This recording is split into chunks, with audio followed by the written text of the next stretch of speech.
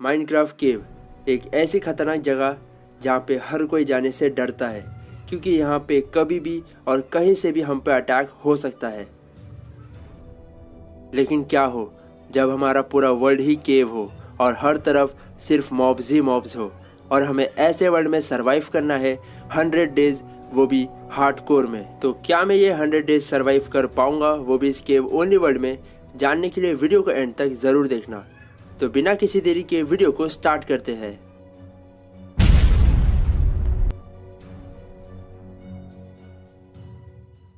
Day 1 को spawn होते ही मैंने अपने आसपास देखा और मुझे कुछ भी नहीं, सिर्फ और सिर्फ यहाँ पे मॉब्स नज़र आ रहे थे, स्पेशली क्रीपर और स्केलेटन्स, जो कि हम पे एक दो अटैक करके हमारी यहाँ पे सीरीज़ ख़त्म कर सकते थे। और अगर हमें अपनी जर्नी को स्टार्ट करना है तो अपने को सबसे पहले चाहिए रहेगा वुड, जो कि अपने को सिर्फ और सिर्फ एक ही जगह से मिल सकता है, वो है एक माइन शाफ्ट। एंड गाइस, मैंने यहाँ पे एक नो पार्टिकल्स वाला और एक नाइट विजन का एड ऑन इस्तेमाल किया है, जिसकी वजह से आप इजीली यहाँ पे गेम प्ले एंजॉय करोगे, क्योंकि इस केव में तो पूरा अंधेरा है और अंधेरे में आपको मज़ा नहीं आने वाला है। और उसके बाद मैं सीधे निकल गया एक माइन शाफ्ट को ढूंढने के लिए, क्योंकि वो एक ऐसा रास्ता है जहाँ से अपने को प्लैंक्स मिल सकते थे। एंड फाइनली थोड़ा देर भटकने के बाद मुझे यहाँ पे एक माइन शाफ्ट मिल चुकी थी, जहाँ पे पहुंचते ही मैंने यहाँ से सबसे पहले कुछ प्लैंक्स को कलेक्ट करना स्टार्ट किया। अपने लिए वुडन की पिकेक्स बना ली और थोड़ा बहुत स्टोन कलेक्ट करके मैंने अपने लिए कुछ स्टोन के टूल्स बना लिए। और मैं स्टोन के टूल्स बना ही रहा था कि इसी बीच यहाँ पे एक स्केलेटन आ गया, जो कि हम पे अटैक करने लग गया। उससे मैं जैसे तैसे बच के जा ही रहा था, इसी बीच यहाँ पे एक ज़ॉम्बी भी आ गया, जो कि मेरी हेल्थ ऑलमोस्ट खा जाता था। इसलिए मैं फटाफट से वहाँ पे भाग गया और एक जगह पे अपने आप को ब्लॉक कर लिया।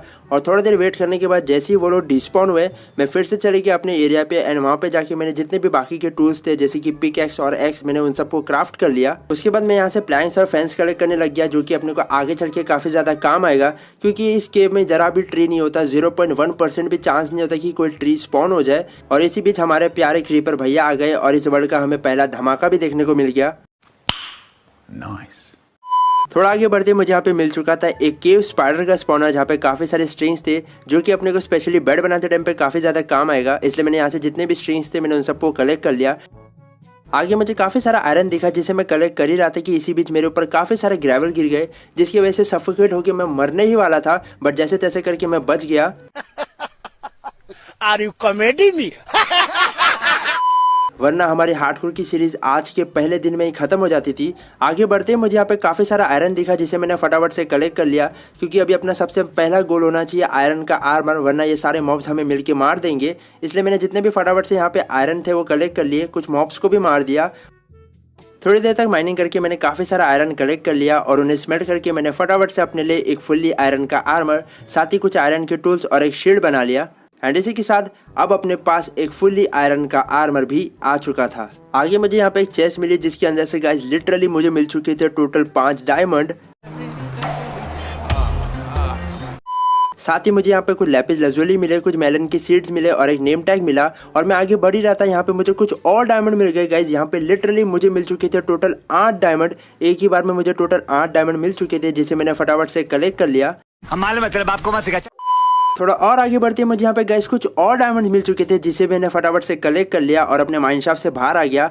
बाहर आते ही मैंने डिसाइड किया कि मुझे अपना बेस सबसे पहले डिसाइड करना पड़ेगा, वरना ये मॉब्स हमें मिलके मार देंगे। एंड उसके बाद मैंने एक एरिया चूज़ किया और टॉर्च लगा के थोड़ा बहुत एरिया को लाइट अप कर दिया, ताकि यहाँ पे मॉब स्पॉन ना हो। और उसके बाद मैं काफ़ी सारे स्ट्रिंग्स लेके आया था, जिनको वुल में कन्वर्ट करके मैंने फाइनली अपने लिए एक बेड बना लिया। और जैसे तैसे मॉब्स को मार के मैं सीधा चले गया सोने के लिए। एंड गाइस, मेरी थोड़ी सी तबीयत ख़राब है, जिसकी वजह से मेरी आवाज़ थोड़ी सी बैठ गई है, तो अगर आपको थोड़ी सी प्रॉब्लम होती है तो मुझे माफ़ कर देना। मैं कोशिश कर रहा हूँ कि मैं जितना हो सके उतना अच्छे से बोल सकूँ। अब बारी थी अपने बेस को थोड़ा सा बेटर बनाने की, इसलिए मैंने यहाँ से काफ़ी सारे डर्ट कलेक्ट करके जो भी अपना एरिया जो ऊपर नीचे था उनको मैंने फिल करके एक परफेक्ट एरिया बना दिया। और उसके बाद एक चेस्ट लगा के मेरे जितना भी सामान मेरे पास था मैंने उन सबको चेस्ट में ट्रांसफ़र कर दिया और अपनी इन्वेंट्री को खाली कर दिया।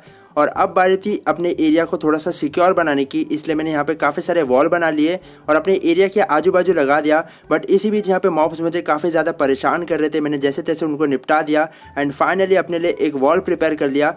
शाबाश बेटा।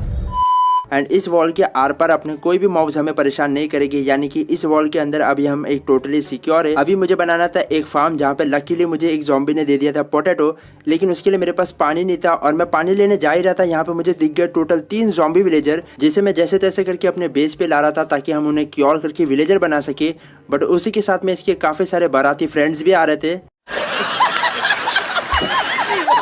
एंड फाइनली काफी देर मार पिटाई करने के बाद मैंने दोनों ज़ॉम्बी विलेजर को यहाँ पे लेके आ गया। वैसे अपने पास 3 ज़ॉम्बी विलेजर थे बट एक बेचारा डिस्पॉन हो गया। उसके बाद मैंने उनको रॉटन फ्लैश दे दिया ताकि उनके हाथ में कोई आइटम रहे और वो डिस्पॉन ना हो। और मैं अपने फार्म पे काम करने लग गया क्योंकि मेरे पास खाने की काफ़ी ज़्यादा कमी थी और मुझे खाने में सिर्फ और सिर्फ रॉटन फ्लैश खाना पड़ रहा था। इसलिए मेरे पास जो पोटैटो थे और मेरे पास काफ़ी सारे बोन मिल थे जिसकी हेल्प से मैंने यहाँ पे काफ़ी सारे पोटैटोज ग्रो कर लिए और उसका फार्म काफ़ी ज़्यादा बड़ा कर लिया। मेरे पास इनाफ डायमंड्स हो चुके थे जिसकी हेल्प से मैंने अपने लिए सारे डायमंड के टूल्स बना लिए और मैं आ चुका था एक लावा पुल के पास ताकि मैं यहाँ से ऑब्सिडियन कलेक्ट करके मैं जा सकूँ नेदर में, क्योंकि अभी हमें क्योर करना था एक विलेजर को जिसके लिए मुझे चाहिए रहेगा ब्लेज रॉड जो कि अपने को मिलेगा सिर्फ और सिर्फ नेदर फोर्ट्रेस में। एंड फाइनली काफ़ी सारे ऑब्सिडियन कलेक्ट करने के बाद मैंने यहाँ पे एक नेदर पोर्टल प्रिपेयर कर लिया और उसे लाइट अप करके मैं सीधा चले गया नेदर में।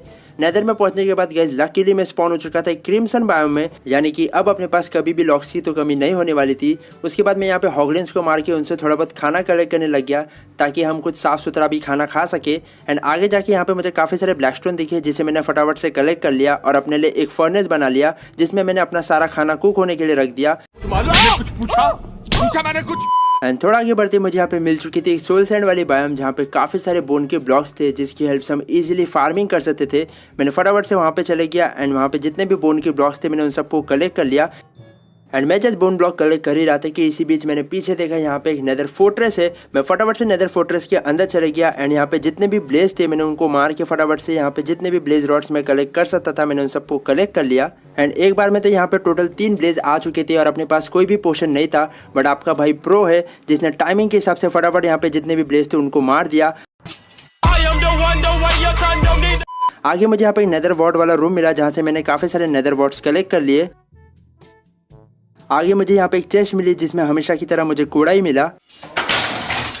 उसके बाद मैं आ गया था अपने बेस पे और बेस पे आके मैंने अपने लिए एक फुल्ली नया आर्मर बना लिया क्योंकि मेरा पुराना आर्मर टोटली डिस्ट्रॉय हो चुका था। और इस बार नेदर में जाते ही मुझे यहाँ पे मिल चुका था एक बेस्टियन जहाँ पे अंदर पहुँचते ही मैंने देखा कि ये बेस्टियन अपने से भी ज़्यादा गरीब है। एंड फाइनली काफ़ी देर ढूंढने के बाद मुझे यहाँ पे एक चेस्ट मिली जहाँ से मुझे एक एंशिएंट डेब्रिस काफ़ी सारा ऑब्सिडियन मिल गया। आगे मुझे एक और चेस्ट मिली जिसमें से मुझे काफ़ी सारे एरोज और गोल्डन कैरेट्स मिल गए। आगे मैं यहाँ पे एक पिगलिन को लावा की हेल्प से जलाने की कोशिश कर रहा था बट भाई साहब तो जलने का नाम ही नहीं ले रहे थे। बट फाइनली मैंने यहाँ पे पिगलिन को जला दिया। बड़ा हरामी हो बेटा। आगे मुझे यहाँ पे काफ़ी सारे गोल्ड के ब्लॉक्स मिले जो कि थे सिर्फ और सिर्फ 2।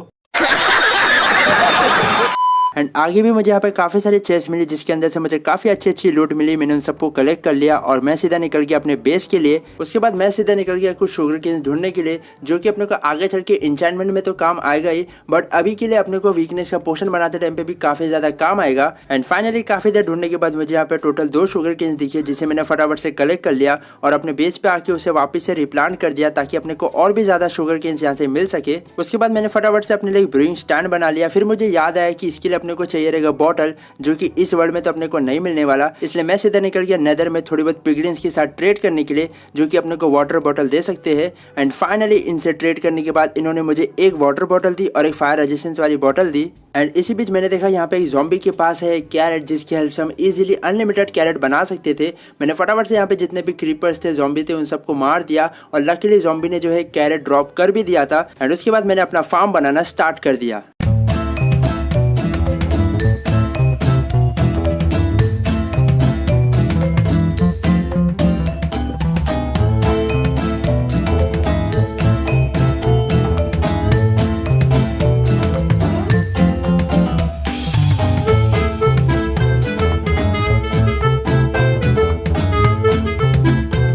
एंड फाइनली गाइज हमारे यहाँ पे बड़ा सा कैरेट और पोटैटो वाला फार्म बन के रेडी हो चुका था, साथ ही हमारा यहाँ पे बड़ा सा शुगर केन फार्म बन के भी रेडी हो चुका था। उसके बाद मुझे याद आया कि अगर हमें अपने ज़ॉम्बी विलेजर को क्योर करना है तो उसके लिए मुझे चाहिए रहेगा एक गोल्डन एप्पल, बट अपने पास यहाँ पे कोई एप्पल तो है ही नहीं। एंड अपने को गोल्डन एप्पल सिर्फ एक ही जगह से मिल सकता है जो कि एक माइन शाफ्ट, इसलिए मैं माइन शाफ्ट के लिए निकल गया। एंड फाइनली काफ़ी देर ढूंढने के बाद मुझे यहाँ पे एक नई माइन शाफ्ट मिली जहाँ पे पहुँचते मुझे यहाँ पे एक और स्पॉनर मिला जिसे मैंने फटाफट से तोड़ दिया। एंड यहाँ पे जितने भी स्ट्रिंग्स थे मैंने उन सबको भी कलेक्ट कर लिया।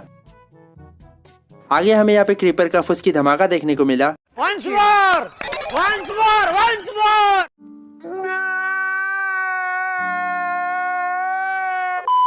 आगे मुझे यहाँ पे एक चेस्ट मिली जिसमें से मुझे एक गोल्डन एप्पल, कुछ ग्लोबेरीज और कुछ रेडस्टोन मिले।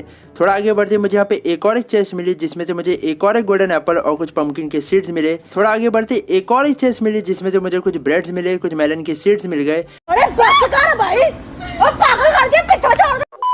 एंड एक चेस्ट में तो डायमंड भी मिल गए। एंड उन सबको कलेक्ट करके मैं पहुंच चुका था अपने बेस पे। अपने बेस पे पहुंच के मैंने यहाँ पे ज़ॉम्बी विलेजर को दोनों को अलग किया एंड दोनों को अलग अलग गड्ढे में डाल दिया। एंड फटाफट से उन पे वीकनेस का पोशन छिड़क के मैंने उनको गोल्डन एप्पल दे के उन्हें क्योर होने के लिए रख दिया। एंड थोड़ा देर वेट करने के बाद फाइनली हमारे यहाँ पे विलेजर आ चुके थे। हाँ ये कर लो पहले। अब बारी थी अपने विलेजर की ब्रीडिंग कराने की, इसलिए मैंने अपने फार्म से काफ़ी सारा पोटैटोस कलेक्ट कर लिया। एंड सारे पोटैटोस कलेक्ट करके मैंने उन्हें अपने विलेजर को दे दिया ताकि वो ब्रीडिंग कर सके। उसके बाद मैं आ गया था नेदर में काफ़ी सारा कॉर्ड्स कलेक्ट करने के लिए, क्योंकि अब बारी थी एक विलेजर ट्रेडिंग हॉल बनाने की, जिसके लिए मुझे काफ़ी सारे कॉर्ड्स की तो ज़रूरत थी। साथ ही मुझे यहाँ पे काफ़ी सारे ब्लैकस्टोन की भी ज़रूरत थी जो कि अपने को बेस्टन से मिल सकते थे। मैंने यहाँ से काफ़ी सारे ब्लैकस्टोन को कलेक्ट कर लिया एंड सारे रिसोर्सेज कलेक्ट करके मैंने फाइनली अपना ट्रेडिंग हॉल बनाना स्टार्ट कर दिया।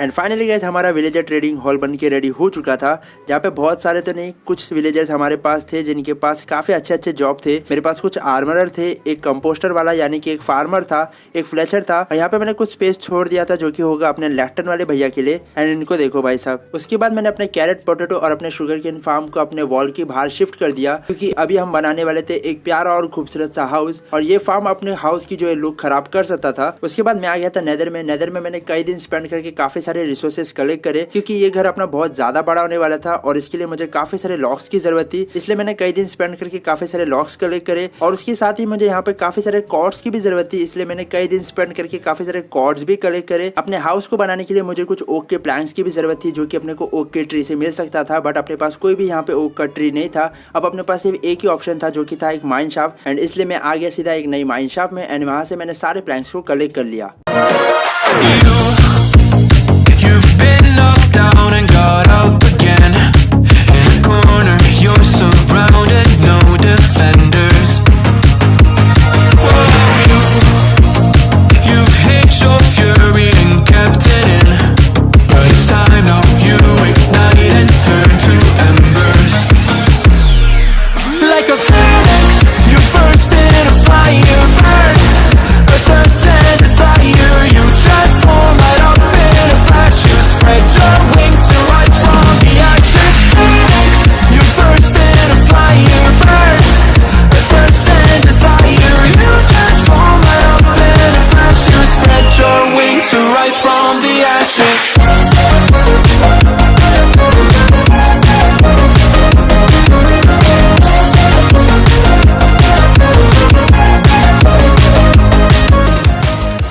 एंड फाइनली काफी दिनों की मेहनत के बाद अब अपना प्यारा और खूबसूरत सा हाउस बन के रेडी हो चुका था।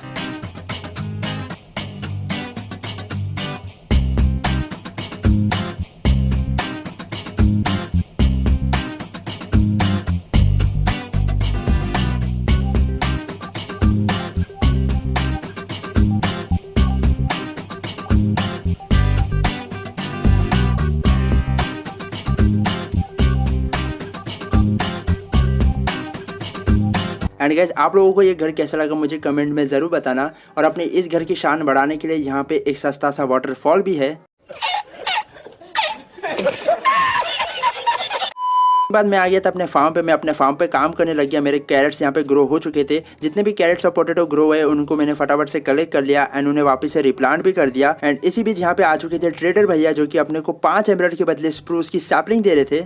मैं तो तेरे को हरामी समझता था, तो राम निकला रे, देव मानुस निकला रे। इसलिए मैंने फटाफट से अपने फार्मर को कुछ कैरेट्स बेचे और उससे एमराल्ड लेके फाइनली अपने ट्रेडर से एक स्प्रूस की सैपलिंग ले ली एंड सैपलिंग लगा के फटाफट से बोन मिल की हेल्प से उसे ग्रो कर लिया, यानी कि अब अपने को कभी भी लॉक्स की कमी नहीं होने वाली थी। एंड उसके बाद मैं आ गया था सीधा माइनिंग करने के लिए, क्योंकि अभी भी अपने पास फुल्ली डायमंड का आर्मर नहीं था और मुझे काफी सारे डायमंड्स की जरूरत थी, इसलिए मैं माइनिंग करने के लिए लग गया।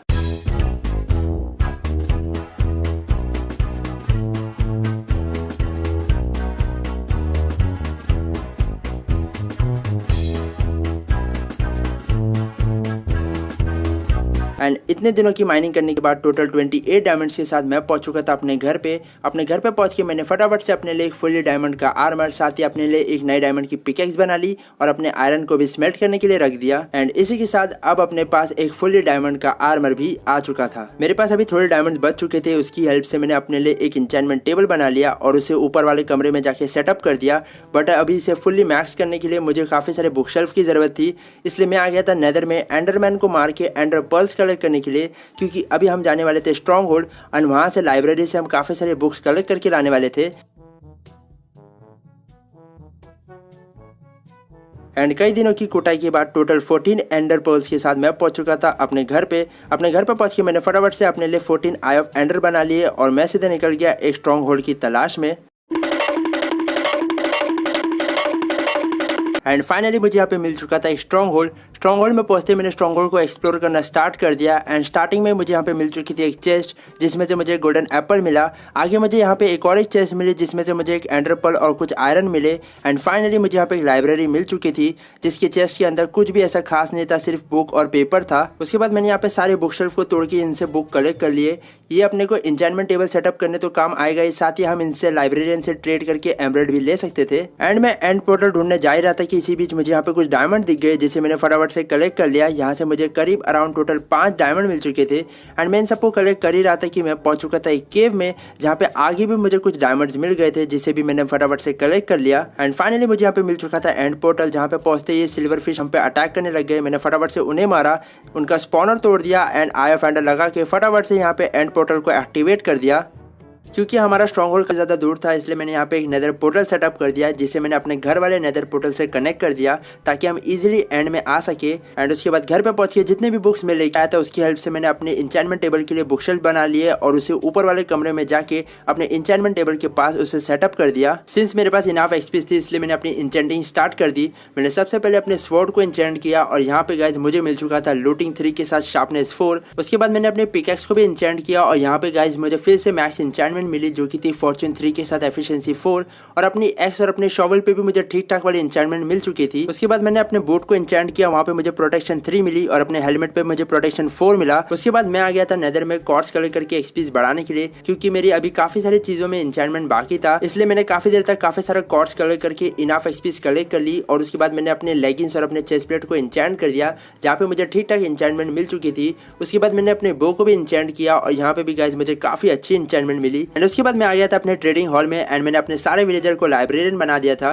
क्योंकि अभी मुझे चाहिए थे मेंडिंग की book. A few moments later. And finally कई दिन स्पेंड करने के बाद एक बंदा फाइनली अपने को एक मेंडिंग की बुक दे रहा था, वो भी 20 एमराल्ड के बदले। इसलिए मैंने उसे ट्रेड करना स्टार्ट कर दिया, उसे पेपर बेचे, उसे काफी सारे बुक्स बेचे एंड उससे सिर्फ और सिर्फ मैं 2 ही मेंडिंग की बुक खरीद पाया जिसे मैंने अपने पिकैक्स और अपने स्वॉर्ड के साथ कंबाइन कर लिया। और अब बारी थी और भी ज्यादा पावरफुल होने की, इसलिए मैं आ गया था नेदर में एंशिएंट डेब्रिस की माइनिंग करने के लिए। एंड यहाँ पे मेरे पास कोई भी बेड नहीं था इसलिए मुझे स्ट्रिप माइनिंग ही करनी पड़ी। मैं यहाँ पे कोई भी धमाका नहीं कर सकता था इसलिए मैंने एंशिएंट डेब्रिस की स्ट्रिप माइनिंग करना स्टार्ट कर दिया। साथ ही मैं कॉर्ड्स को भी माइन कर रहा था ताकि मेरी पिकैक्स भी रिपेयर होती रहे। And guys enough ancient debris collect करने के लिए लिटरली गाइस मुझे काफी ज्यादा टाइम लग गया, but finally total 33 ancient debris के साथ मैं पहुंच चुका था अपने घर पे। अपने घर पे पहुंच के मैंने फटाफट से उसे स्मेल्ट करने के लिए रख दिया और उन सबको इंगट में कन्वर्ट करके मैंने फटाफट से उसे अपने आर्मर और अपने टूल्स पे लगा दिया। एंड इसी के साथ अब अपने पास एक पावरफुल इंचेंटेड नेथराइट आर्मर भी आ चुका था। एंड उसके बाद नेदर पोर्टल की शॉर्टकट वाले रास्ते से मैं सीधा निकल गया एंड के लिए,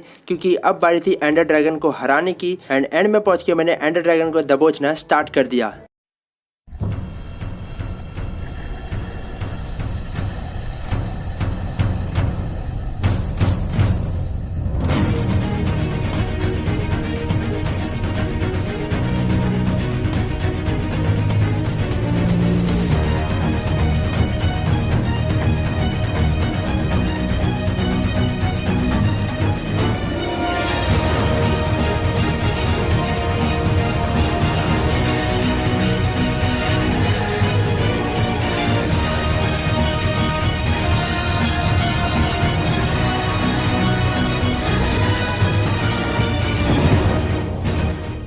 एंड इसी के साथ गाइस फाइनली हमने एंडर ड्रैगन को भी हरा दिया है। मैंने यहाँ से जितने भी एक्सपीज थी मैंने उन सबको कलेक्ट कर लिया। अब बारी थी विदर को हराने की, जिसके लिए मुझे विदर स्कल्स की ज़रूरत थी, इसलिए मैं आ गया था नेदर फोर्ट्रेस पे। एंड यहाँ पे आके मैंने विदर स्केलेटन्स को धोना स्टार्ट कर दिया।